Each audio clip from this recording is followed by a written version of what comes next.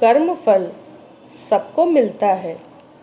बेटा बनकर, बेटी बनकर, दामाद बनकर और बहू बनकर कौन आता है जिसका तुम्हारे साथ कर्मों का लेना देना होता है। लेना देना नहीं होगा तो नहीं आएगा। एक फौजी था, उसके माँ नहीं, बाप नहीं, शादी नहीं, बच्चे नहीं, भाई नहीं, बहन नहीं, अकेला ही कमा कमा के फौज में जमा करता जा रहा था।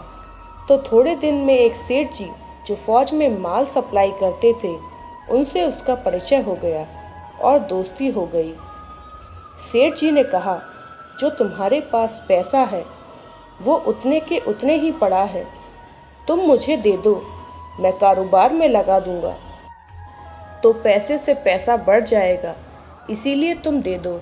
फौजी ने सेठ जी को पैसा दे दिया। सेठ जी ने कारोबार में लगा दिया। कारोबार उनका चमक गया, खूब कमाई होने लगी, कारोबार बढ़ गया। थोड़े ही दिन में लड़ाई लग गई। लड़ाई में फौजी घोड़ी पर चढ़कर लड़ने गया। घोड़ी इतनी बदतमीज थी कि जितनी जोर जोर से लगाम खींचे उतनी ही तेज भागे। खींचते खींचते उसके गलफर तक कट गए, लेकिन वो दौड़कर दुश्मनों के गोल में जाकर खड़ी हो गई। दुश्मनों ने वार किया, फौजी भी मर गया, घोड़ी भी मर गई। अब सेठ जी को मालूम हुआ कि फौजी मर गया तो सेठ जी बहुत खुश हुए कि उसका कोई वारिस तो है नहीं। अब ये पैसा देना किसको? अब मेरे पास पैसा भी हो गया, कारोबार भी चमक गया, लेने वाला भी नहीं रहा। तो सेठ जी बहुत खुश हुए। तब तक कुछ ही दिन के बाद सेठ जी के घर में लड़का पैदा हो गया। अब सेठ जी और खुश कि भगवान की बड़ी दया है। खूब पैसा भी हो गया, कारोबार भी हो गया, लड़का भी हो गया, लेने वाला भी मर गया। सेठ जी बहुत खुश। वो लड़का होशियार था, पढ़ने में समझदार था। सेठ जी ने उसे पढ़ाया लिखाया। जब वह पढ़ लिख कर बड़ा हो गया तो सोचा कि अब ये कारोबार संभाल लेगा, चलो अब इसकी शादी कर दें। शादी करते ही घर में आ गई बहुरानी, दुल्हन आ गई। अब उसने सोचा कि चलो बच्चे की शादी हो गई, अब कारोबार संभालेगा। लेकिन कुछ दिन में बच्चे की तबीयत खराब हो गई। अब सेठ जी डॉक्टर के पास, हकीम के पास, वैद्य के पास दौड़ रहे हैं। वैद्य जी जो दे रहे हैं, दवा खिला रहे हैं और दवा असर नहीं कर रही। बीमारी बढ़ती ही जा रही, पैसा बर्बाद हो रहा है और बीमारी बढ़ती ही जा रही है। रोग कट नहीं रहा, पैसा खूब लग रहा है। अब अंत में डॉक्टर ने कह दिया कि लाइलाज मर्ज हो गया, इसको अब असाध्य रोग हो गया, ये बच्चा 2 दिन में मर जाएगा। डॉक्टरों के जवाब देने पर सेठ जी निराश होकर बच्चे को लेकर रोते हुए आ रहे थे। रास्ते में एक आदमी मिला। कहा, अरे सेठ जी, क्या हुआ, बहुत दुखी लग रहे हो? सेठ जी ने कहा, ये बच्चा जवान था, हमने सोचा बुढ़ापे में मदद करेगा, अब ये बीमार हो गया। शादी होते ही हमने इसके लिए खूब पैसा लगा दिया, जिसने जितना मांगा उतना दिया, लेकिन आज डॉक्टरों ने जवाब दे दिया, अब ये बचेगा नहीं, असाध्य रोग हो गया, लाइलाज मर्ज है, अब ले जाओ, घर 2 दिन में मर जाएगा। आदमी ने कहा, अरे सेठ जी, तुम क्यों दिल छोड़ रहे हो? मेरे पड़ोस में वैद्य जी दवा देते हैं, 2 आने की पुड़िया खाकर मुर्दा भी उठकर खड़ा हो जाता है। जल्दी से तुम वैद्य जी की दवा ले आओ। सेठ जी दौड़कर गए, 2 आने की पुड़िया ले आए और पैसा दे दिया। पुड़िया ले आए, बच्चे को खिलाई। बच्चा पुड़िया खाते ही मर गया। बच्चा मर गया। अब सेठ जी रो रहे हैं। सेठानी भी रो रही हैं और घर में बहुरानी और पूरा गांव भी रो रहा है। गांव में शोर मच गया कि बहुरानी सेठ की कमर जवानी में टूट गई। सब लोग रो रहे हैं। तब तक एक महात्मा जी आ गए। उन्होंने कहा, भाई क्यों रोना धोना?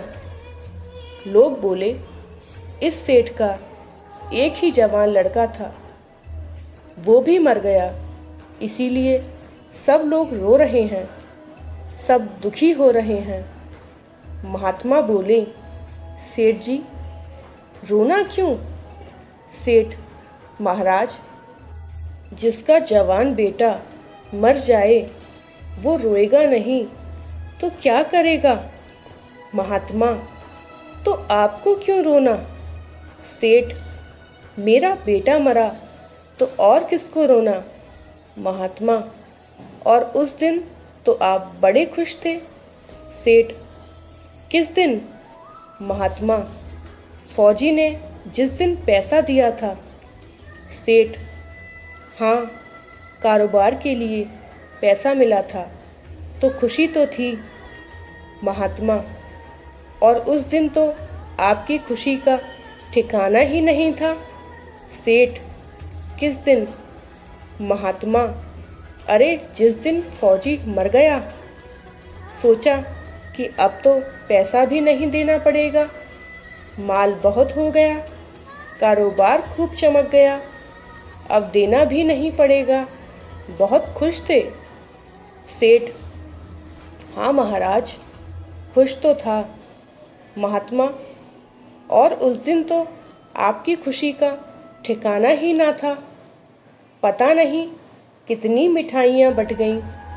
सेठ, किस दिन?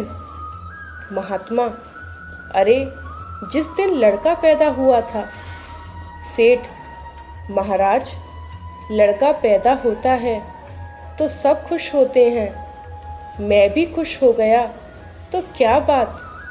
महात्मा, उस दिन तो खुशी से आपके पैर जमीन पर नहीं पड़ते थे। सेठ, किस दिन? महात्मा, अरे जिस दिन बेटा ब्याहने जा रहे थे। सेठ, महाराज, बेटा ब्याहने जाता है तो हर आदमी खुश होता है, तो मैं भी खुश हो गया। महात्मा, तो जब इतनी बार खुश हो गए तो जरा सी बात के लिए रो क्यों रहे हो? सेठ, महाराज, ये जरा सी बात है, जवान बेटा मर गया, ये जरा सी बात है। महात्मा, अरे सेठ जी, वही फौजी पैसा लेने के लिए बेटा बनकर आ गया। पढ़ने में, लिखने में, खाने में, पहनने में और शौक में, श्रृंगार में जितना लगाना था लगाया। शादी ब्याह में सब लग गया और ब्याज दर ब्याज लगाकर डॉक्टरों को दिलवा दिया। अब जब 2 आने पैसे बच गए वो भी वैद्य जी को दिलवा दिए और पुड़िया खाकर चल दिया। अब कर्मों का लेना देना पूरा हुआ।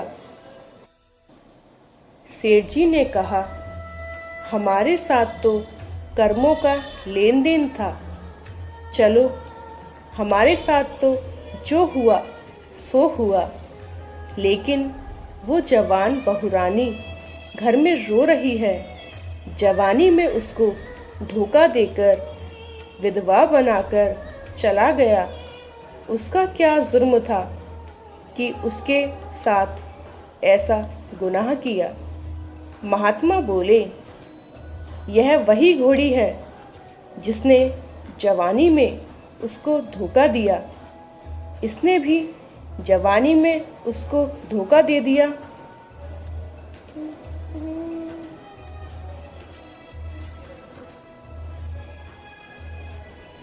दोस्तों, वेद शास्त्र व पुराणों के साथ साथ सभी साधु संतों का कहना है कि यह संसार कर्मों का लेखा जोखा है।